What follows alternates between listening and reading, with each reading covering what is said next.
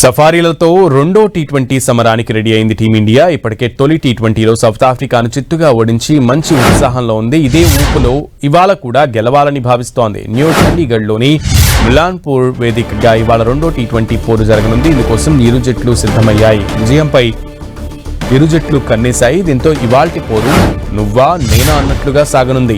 సాయంత్రం 7 గంటలకు మ్యాచ్ ప్రారంభం కానుంది. రెండో టీ20 కోసం తుది జట్టులో టీమిండియా ఎలాంటి మార్పులు చేసే అవకాశం లేదు. ఆల్రౌండర్ హార్దిక్ పాండ్యా పునరాగమనంతో తొలి మ్యాచ్లోనే చెలరేగడం భారత్కు సంతోషాన్నిస్తోంది. కటక్లో కేవలం 28 బంతుల్లోనే అజేయంగా 59 పరుగులు చేసిన అతడు మరోసారి మెరవాలని జట్టు కోరుకుంటోంది. ఇంకా అభిషేక్ శర్మ, తిలక్ వర్మ, అక్షర్ పటేల్, దూబే, జితేష్ శర్మలతో టీమిండియా బ్యాటింగ్ లైనప్ చాలా బలంగా కనిపిస్తోంది. బౌలర్లు గత మ్యాచ్లో సమిష్టిగా విజృంభించడం భారత్కు సానుకూల అంశమే. పేసర్లు బుమ్రా, హర్షదీప్తో పాటు స్పిన్నర్లు వరుణ్ చక్రవర్తి, అక్షర్ సఫారీ జట్టును దెబ్బతీశారు. వీళ్ల నుంచి మరో అదిరే ప్రదర్శనను జట్టు ఆశిస్తోంది. తొలి మ్యాచ్లో ఘోర పరాజయం చవిచూసిన దక్షిణాఫ్రికా లెక్క సరిచేయాలనే పట్టుదలతో ఉంది. ఆ జట్టును భారత్ తేలికగా తీసుకుంటే పొరపాటే. అయితే సిరీస్ను సమన్ చేయాలంటే బ్యాట్తో సఫారీ జట్టు గణనీయంగా మెరుగుపడాల్సిన అవసరం ఉంది.